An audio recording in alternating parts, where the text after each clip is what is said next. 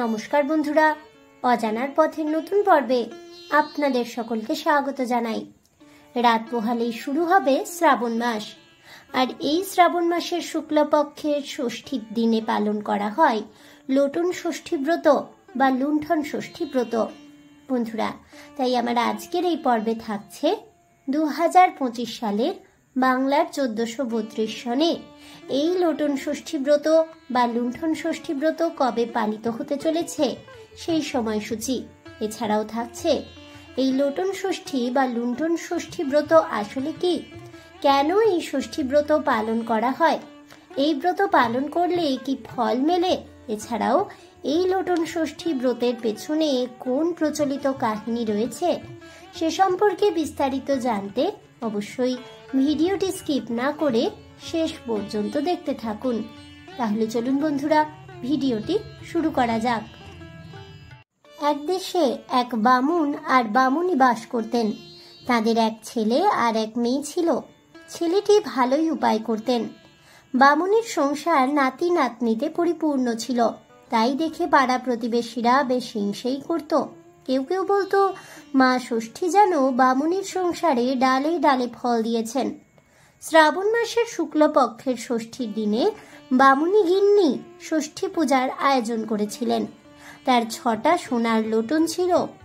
পূজা করার সময় গিন্নি কৌটো খুলে দেখেন 3টে লোটন নেই। তাই দেখে গিন্নি তার বউকে জিজ্ঞেস করলেন, লোটন কে চুরি করেছে?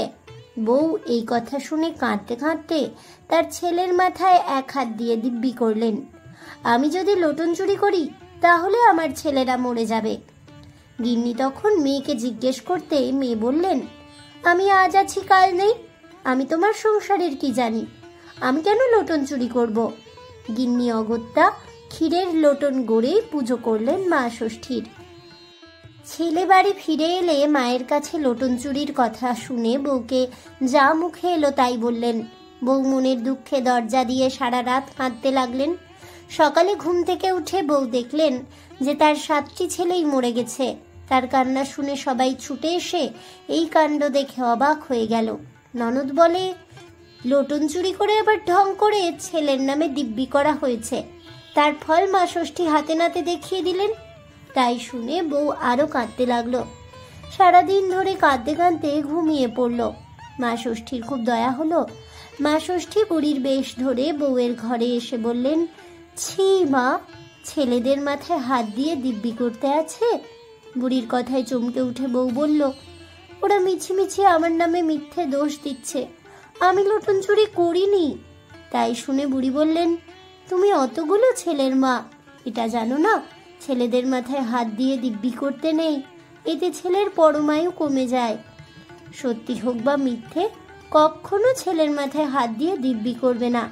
তুমি পুজোর কাছে যাও, গিয়ে দেখবে বাঁশপাতা পড়ে আছে, সেই বাঁশপাতা ঘটের জলে ডুবিয়ে মা ষষ্ঠীর নাম করে 7 ছেলের গায়ে ছিটিয়ে দাও, দেখবে সবাই মেচে উঠেছে। বুড়ির কথা মতো তাই করতে বউয়ের 7 ছেলেই মেচে উঠল। তার ছেলেদের বেঁচে উঠতে দেখে বাড়ির সবাই অবাক হয়ে গেল। এদিকে গিন্নির মেয়ের 2 ছেলেই মরে গেল। তাই দেখে মেয়েও কেঁদে অস্থির হলো। তখন দৈববাণী হলো, তুই লোটন চুরি করে বাড়ির বউয়ের নামে দোষ দিয়েছিস, তোর ছেলেরা মরবে না তো কার ছেলে মরবে? তুই যদি বউয়ের পা ধরে ক্ষমা চাস তাহলে বউ তোর ছেলেদের বাঁচিয়ে দেবে। তাই শুনে ননদ বউয়ের পা ধরে ক্ষমা চেয়ে মা ষষ্ঠীর নামে শপথ করলেন, আর কোনোদিন ঠাকুরের জিনিস চুরি করবে না। এই বলে তিনি লোটন বের করে দিলেন। তখন বউ সেই বাঁশপাতা ঘটের জলে ডুবিয়ে ননদের ছেলেদের ওপর ছিটিয়ে দিতেই তারা বেঁচে উঠল। তাই দেখে বাড়ির সবাই ও পাড়া প্রতিবেশীরা সকলে মিলে ধন্যি ধন্যি করতে লাগলো। আর এইভাবেই মা ষষ্ঠীর পুজো অর্থাৎ লোটন ষষ্ঠী ব্রতের মাহাত্ম্য চতুর্দিকে প্রচারিত হলো। যেহেতু এই ষষ্ঠী ব্রতে লোটন চুরি হয়েছিল বা লুট হয়েছিল, তাই এই ব্রতের নাম হয় লোটন ষষ্ঠী বা লুণ্ঠন ষষ্ঠী ব্রত। এই ষষ্ঠী করলে ছেলেপুলে কখনো অকালে মরে না। শ্রাবণ মাসের শুক্লপক্ষের ষষ্ঠী তিথিতে এই ব্রত পালন করতে হয়। ব্রতের দ্রব্য বিধান: ব্রত পালনের উপকরণ হিসেবে লাগবে ঘি, ঝিঙে, কড়াই, আখের গুড়, ফল, ডাব, মিষ্টি পুরোহিতকে দিয়ে ব্রতের পুজো করাতে হয়। পুজোর দিন অন্ন ভোজন করতে নেই, তবে দিনের বেলায় লুচি, তরকারি, মিষ্টি ও রাত্রিতে ফল, মিষ্টি, ডাব, সাবু খাওয়া যায়। কেবলমাত্র সন্তানবতী মহিলারাই এই ব্রত পালন করতে পারেন। এই ব্রত পালন করলে পুত্রকন্যাদের অকাল মৃত্যু হয় না। 2025 সালের এই লোটন ষষ্ঠী বা লুণ্ঠন ষষ্ঠী ব্রত পালিত হবে শ্রাবণ মাসের শুক্লপক্ষের ষষ্ঠী তিথিতে। বাংলা ক্যালেন্ডার অনুসারে এটি আগামী 13ই শ্রাবণ 1432, ইংরেজি ক্যালেন্ডার অনুযায়ী আগামী 30শে জুলাই 2025 তারিখে পালিত হবে। এই ব্রত সাধারণত সন্তানের মঙ্গল কামনায় করা হয় এবং ষষ্ঠী দেবীর পুজো করা হয়। আজ এ পর্যন্তই। জয় মা ষষ্ঠী দেবীর জয় হোক, এই বলে আমার আজকের ভিডিওটি আমি এখানেই শেষ করছি।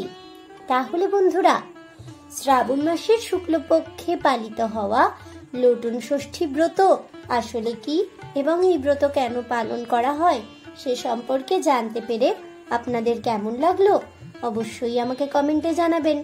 ভিডিওটি ভালো লেগে থাকলে লাইক, শেয়ার করতে ভুলবেন না। আমার চ্যানেলের নতুন বন্ধু হয়ে থাকলে চ্যানেলটিকে সাবস্ক্রাইব করে দেবেন। পাশে থাকা বেল বাটনটি প্রেস করে রাখবেন নতুন ভিডিওর নোটিফিকেশন পাওয়ার জন্য। ফিরে আসছি পরবর্তী ভিডিও নিয়ে।